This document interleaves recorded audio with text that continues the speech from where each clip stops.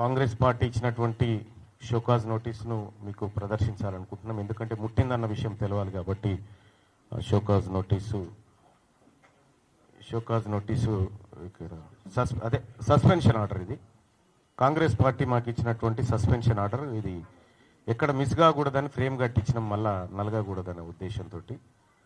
So దీంతో ఈ frame తోటే దీంతోటే బీసీలకు రాజ్యాధికారం ఎట్లా రావన్నో చూపిస్తాం దీంతో. సో ఈ సస్పెన్షన్ ఆర్డర్ మాకు అందింది. ఇది పంపించేలా ప్రయత్నం చేసినటువంటి గౌరవ ముఖ్యమంత్రి రేవంత్ రెడ్డి గారికి మీరు చాలా రోజుల నుంచి ప్రయత్నం చేసిరు. పాపం సస్పెండ్ చేయాలి అనేటువంటి తపన. మొన్న కరీంనగర్ మీటింగ్ పోతుంటే కూడా కారు ఎక్కినాక కూడా మళ్ళీ మహేష్ కుమార్ గౌడ్ గారిని రిక్వెస్ట్ చేసి ఈ 1-2 డేస్లో చేయాలన్నా ఎట్లన్నా చేసి అని చెప్పి మీరు తాపత్రయపడుతున్నటువంటి విషయంలో నేను అర్థం చేసుకోగలుగుతా మీ బాధ. ఎందుకంటే మీ దగ్గర ఉండేటువంటి వ్యక్తులు సహజంగానే బానిసలుగా ఉండాలని మీ ఉద్దేశం కావచ్చు, అది సహజంగానే మీరు కోరుకుంటారు. కానీ తీన్మార్ మల్లన్న విషయంలో కోరుకోవడమే మీరు చేసిన పొరపాటు. ఇక్కడ సస్పెన్షన్ అనేది తీన్మార్ మల్లన్న కాంగ్రెస్ పార్టీకి సంబంధించినటువంటి దానిపైన నాకు ఏ ఇబ్బంది లేదు, అది నా వ్యక్తిగతమైనటువంటి అంశం. కానీ ఫస్ట్ ఆఫ్ ఆల్ మీడియా మిత్రులకు తెలియజేయాల్సింది ఏంటంటే దాని గురించి సందర్భం వచ్చినప్పుడల్లా మాట్లాడతా. కానీ ఇవాళ తెలంగాణ రాష్ట్రంలో 3 ఎమ్మెల్సీ స్థానాలకు ఎన్నికలు జరుగుతూ ఉన్నాయి. ఈ ఎమ్మెల్సీ ఎన్నికల్లో బీసీ అభ్యర్థులను మరింత ఉత్సాహపరిచే విధంగా ఓటింగ్లో పాల్గొన్నటువంటి బీసీ వాదులకు, సంఘాలకు, మేధావులకు, టీచర్లకు, పట్టభద్రులకు అందరికీ శిరస్సు వంచి నమస్కారం చేస్తా ఉన్నాం. మేమంతా మీరిచ్చినటువంటి బూస్టింగ్ ఇది మామూలు బూస్టింగ్ కాదు. మాకు రేపు భవిష్యత్ తరాల్లో అది ఖచ్చితంగా మంచి రూపంలో ముందుకు పోతుంది. ఇక చాలా రోజుల నుంచి చాలా మంది మీడియా మిత్రులు అడుగుతా ఉన్నారు, ఏమైంది మల్లన్న సస్పెన్షన్ ఆర్డర్ వచ్చింది, మీరు స్పందించరా, ఎప్పుడు స్పందిస్తారనేటువంటి మాట చాలా మంది మిత్రులు, మా సోదరులు కూడా చాలా మంది ఫోన్ చేసి అడగడం జరిగింది. క్లియర్గా స్పందించాలని అనుకున్నా, అందరి సమక్షంలో స్పందించాలనుకున్నా. దానికోసమే ఇవాళ మీ అందరినీ ఇక్కడికి రమ్మని ఆహ్వానించడం జరిగింది. వచ్చి ఈ కార్యక్రమాన్ని కవర్ చేస్తున్నందుకు మరొకసారి ధన్యవాదాలు తెలియజేసుకుంటూనే, ఇక గౌరవ ముఖ్యమంత్రి రేవంత్ రెడ్డి గారు నన్ను కాంగ్రెస్ పార్టీ నుంచి బయటికి పంపించడం ద్వారా ఏదో జరిగిపోతుంది, ఇక బీసీ ఉద్యమం ఆగిపోతుంది, బీసీలు ఇంకెవరు మాట్లాడరు అనేటువంటి భ్రమలు మీకేమన్నా ఉంటే తొలగించుకోరు. అవి వెనకటి బీసీలం కాదు, మేమంతా ఆధునీకరించబడి ఆలోచన మెరుగుపరుచుకొని వచ్చిన మలిదశ బీసీ ఉద్యమకారులం. మేమంతా ఇప్పుడు పుట్టుకొచ్చిన వాళ్ళం. ఇవాళ అడిగిందేంది తీన్మార్ మల్లన్న?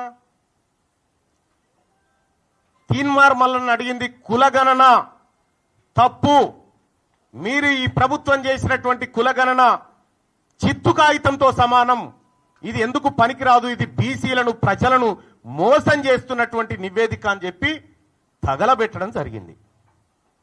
నిజంగా తగలబెట్టడమే తప్పైతే, బీసీల మంచిని కోరి బీసీలకు న్యాయం జరగాలని కోరి తగలబెట్టడం తప్పైతే ఆ తప్పును ఇంకా 1000 సార్లు చేస్తా.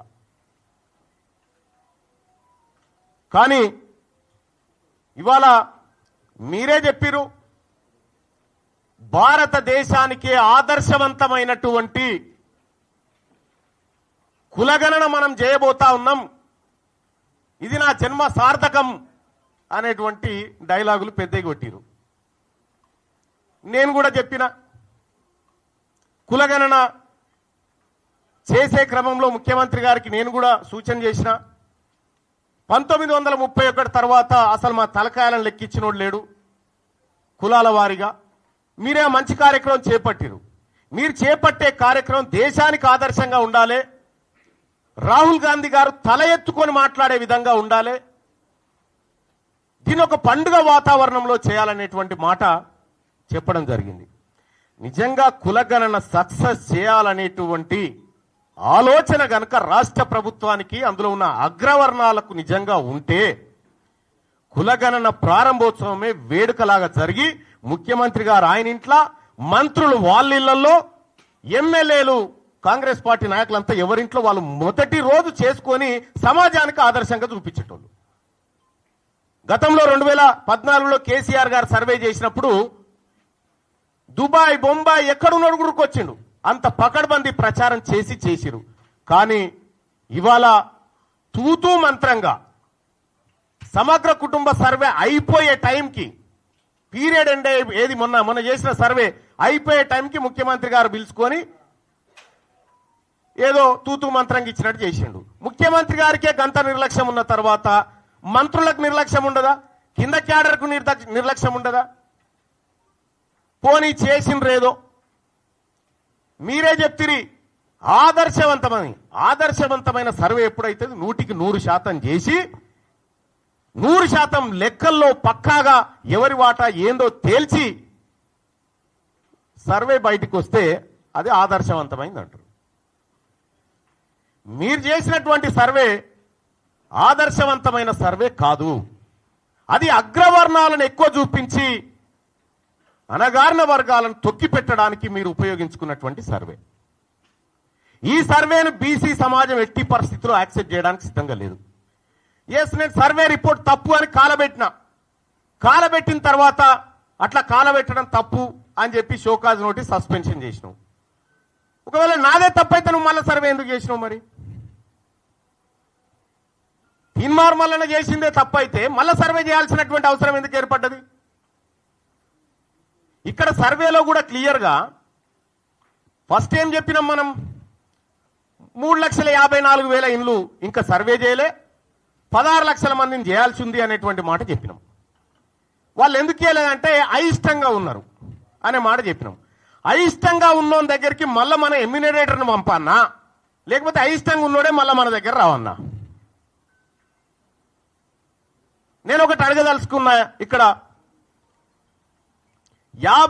3,54,000 ఇండ్లను మనం ఇంకా సర్వేలో పాల్గొనలేదని చెప్పినాం.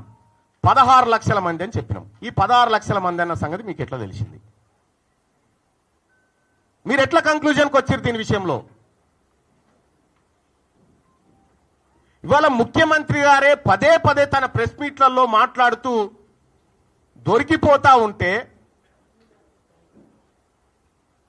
మళ్ళా పైపెచ్చు సమగ్ర కుటుంబ సర్వేకు అర్హత లేదు, అది ఎక్కడ కూడా గవర్నమెంట్ టేబుల్ మీద పెట్టలేదు, దాన్ని క్యాలిక్యులేట్ చేయకూడదు అని చెప్పి నేను కూడా అడుగుతా ఉన్నదే.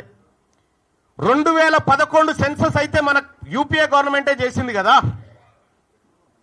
2011 సెన్సస్ ను యూపీఏ గవర్నమెంట్ చేసినప్పుడు తెలంగాణ జనాభా 3,53,00,000. అర్జున్ పైకి రా.